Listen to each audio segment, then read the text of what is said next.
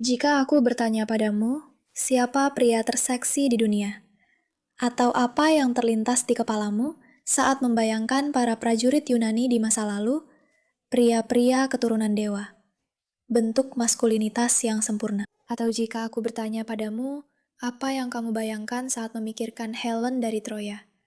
Wanita tercantik sepanjang masa, wanita yang diperebutkan semua pria hanya untuk memilikinya. Aku yakin ini bukan yang terlintas di benak kalian, teman-teman.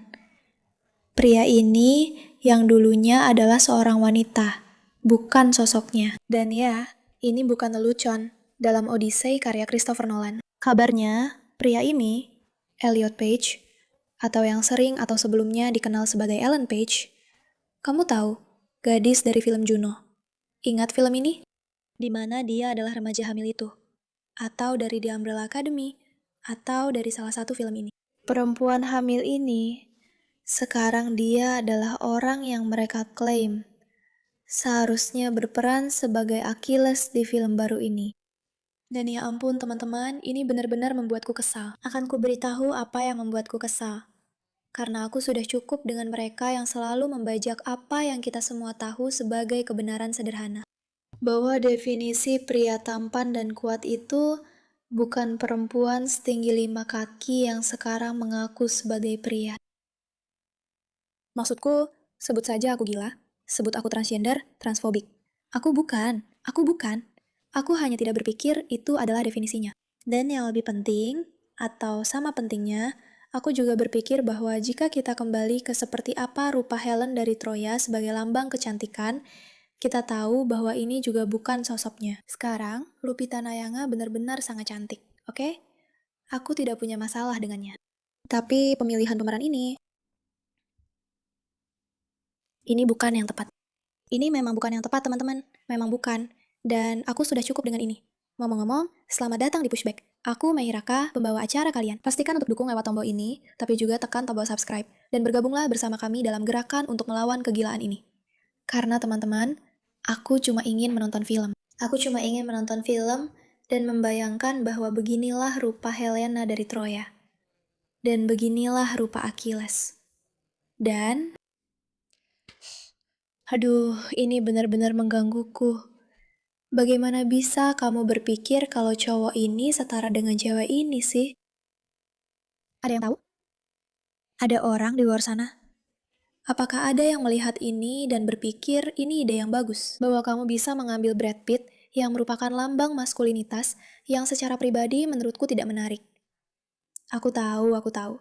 Sangat, apa ya katanya? Mungkin yang paling, aku lupa katanya. Mungkin yang paling, ya ampun aku benar-benar lupa katanya. Kontroversial. Mungkin ini hal paling kontroversial yang pernah aku katakan. Aku tidak berpikir bahwa Brad Pitt itu sangat tampan, tapi aku mengerti bagaimana dia bisa lebih sesuai dengan definisi maskulinitas dibandingkan ini. Astaga, apakah kita sedang mengalami masa-masa sulit, teman-teman? Maksudku, aku pikir dengan suhu internet yang sedikit heboh soal ini, ada kemungkinan mereka akan menarik dia keluar dari audisi untuk karakter ini, karena memang tidak masuk akal. Tapi sekali lagi, beginilah cara kerja hal-hal seperti ini. Bawah sadar, kamu tidak menyadarinya, kamu tidak memikirkannya. Rasanya seperti, ya sudah, siapa sih yang benar-benar peduli dengan karakter itu? Siapa yang peduli?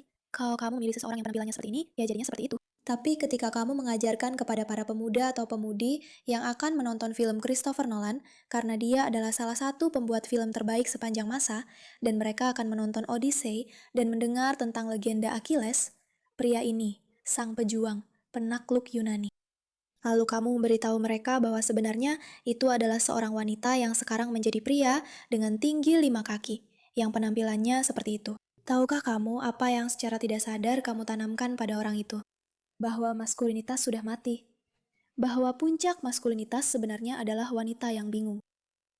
Itu tidak masuk akal bagi siapapun. Maksudku, kalau kamu mau memilih seseorang, setidaknya pilih yang tinggi. Kalau kamu mau memilih wanita yang berubah menjadi pria, setidaknya pilih yang tinggi. Karena kita semua tahu bahwa pria maskulin itu tinggi. Benar kan? Maksudku, ada banyak pria maskulin yang pendek.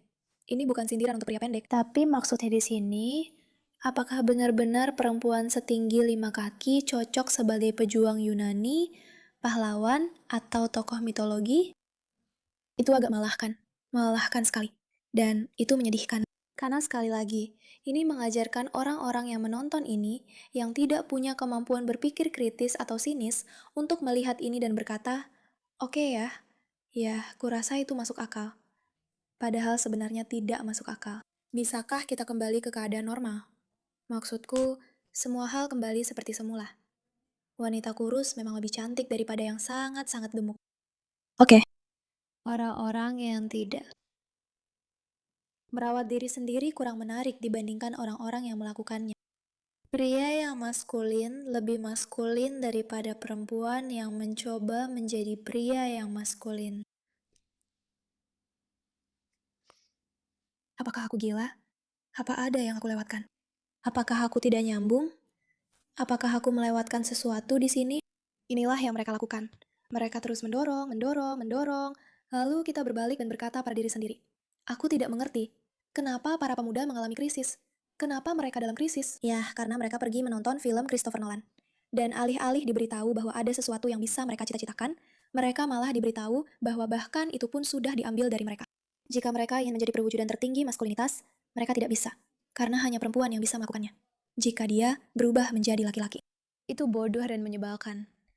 Dan jujur saja teman-teman, itu benar-benar membuatku kesal. Yang mungkin sudah bisa kalian tebak. Pokoknya, mari kita berharap tekanan publik dan protes dari hal ini benar-benar membuat mereka mempertimbangkannya lagi dan memilih orang lain. Tapi mereka mungkin sudah terjebak dalam pola pikir woke yang menganggap ini adalah sesuatu yang baik. Sayang sekali buat mereka. Pokoknya, terima kasih atas perhatian kalian terhadap masalah ini.